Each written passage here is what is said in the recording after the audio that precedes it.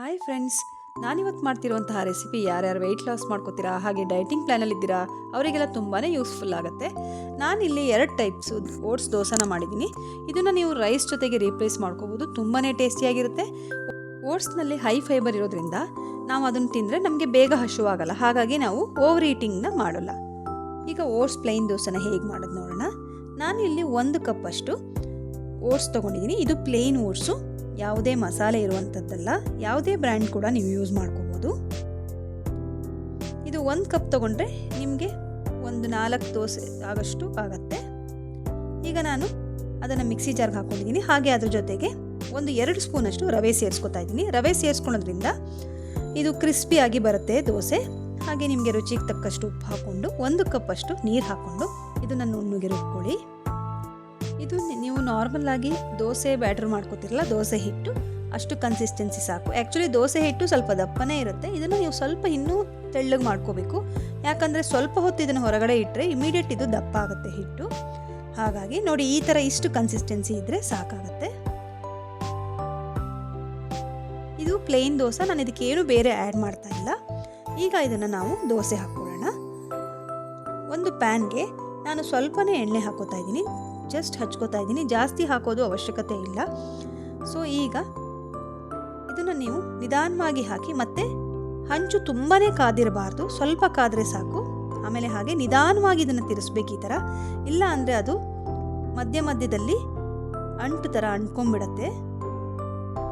ಇದನ್ನು ಒಂದು 3 ನಿಮಿಷಗಳ ಕಾಲ ನಾನು ಬೇಯಿಸಿದ್ದೀನಿ ನೋಡಿ. ಮತ್ತೊಂದು ಸೈಡು ಕೂಡ ನೀವು ಒಂದು 2 ನಿಮಿಷಗಳ ಕಾಲ ಹೈ ಫ್ಲೇಮಲ್ಲೇ ಬೇಯಿಸ್ಕೊಳ್ಳಿ. ಇದು ಬೇಯಿಸಿ ತೆಗೆದಾದ್ಮೇಲೆ ನೆಕ್ಸ್ಟ್ ದೋಸೆ ಹಾಕುವಾಗ ಮತ್ತೆ ಲೋ ಫ್ಲೇಮಲ್ಲಿಟ್ಟು ಹಂಚನ್ನು ತಣ್ಣಗೆ ಮಾಡಿಕೊಂಡೇ ಮತ್ತೆ ಹಾಕಬೇಕು. ಇಲ್ಲ ಅಂದರೆ ಇದು ಸ್ಟಿಕ್ ಆಗುತ್ತೆ. ನೋಡಿ ಎಷ್ಟು ಚೆನ್ನಾಗಾಗಿದೆ ದೋಸೆ, ತುಂಬಾ ಸಾಫ್ಟಾಗಿ ಚೆನ್ನಾಗಿರುತ್ತೆ. ಅದ್ರ ಜೊತೆಗೆ ನಾನೀಗ ಸ್ವಲ್ಪ ಕರ್ಡು, ಒಂದು ಅರ್ಧ ಕಪ್ಪಷ್ಟು ಕರ್ಡ್ ಹಾಕ್ಕೊಂಡು, ಮನೆಯಲ್ಲಿ ನೀವು ಚಟ್ನಿ ಪುಡಿ ಇದ್ದರೆ ಅದನ್ನು ಸೇರಿಸ್ಕೋಬೋದು. ಇಲ್ಲ ಅಂದರೆ ಸ್ವಲ್ಪ ಕೆಂಪು ಮೆಣಸಿನ ಪುಡಿ ಮತ್ತು ಉಪ್ಪು ಹಾಕ್ಕೊಂಡು ಕೂಡ ಟೇಸ್ಟಿಂಗ್ ಮಾಡಿಕೊಂಡು ಇದನ್ನು ಜೊತೆಗೆ ತಿಂದರೆ ನಿಮಗೆ ಡಯಟಿಗೆ ತುಂಬಾ ಚೆನ್ನಾಗಿರುತ್ತೆ.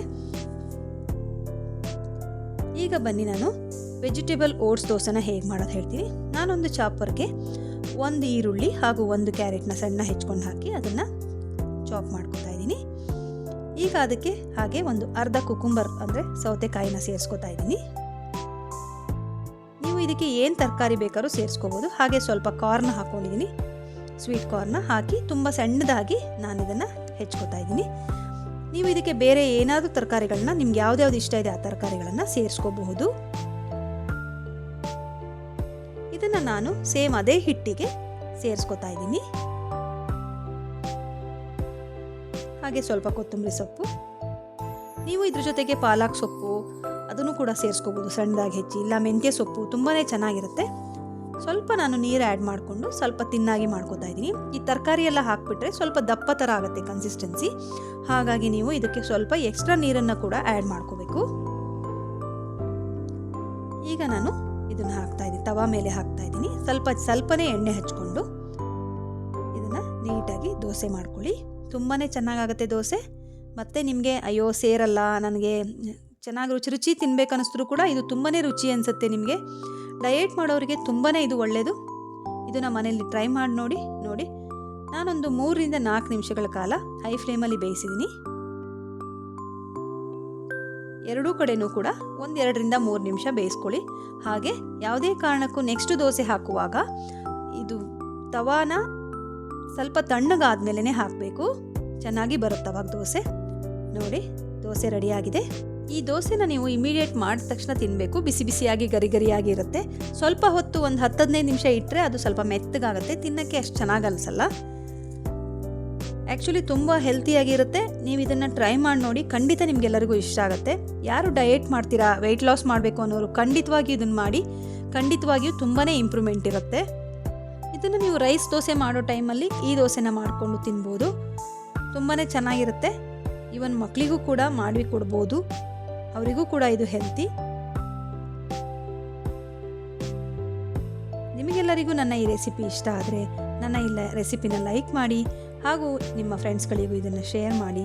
ನನ್ನ ಚಾನಲ್ನ ನೀವು ಸಬ್ಸ್ಕ್ರೈಬ್ ಮಾಡ್ಕೊಂಡಿಲ್ಲ ಅಂದರೆ ನನ್ನ ಚಾನಲ್ನ ಸಬ್ಸ್ಕ್ರೈಬ್ ಮಾಡ್ಕೊಳ್ಳಿ. ಇಂತಹದ್ದೇ ಸಿಂಪಲ್ ರೆಸಿಪಿಯಿಂದ ಮತ್ತೆ ಬರ್ತಾ ಇರ್ತೀನಿ. Thank you. Thanks for watching.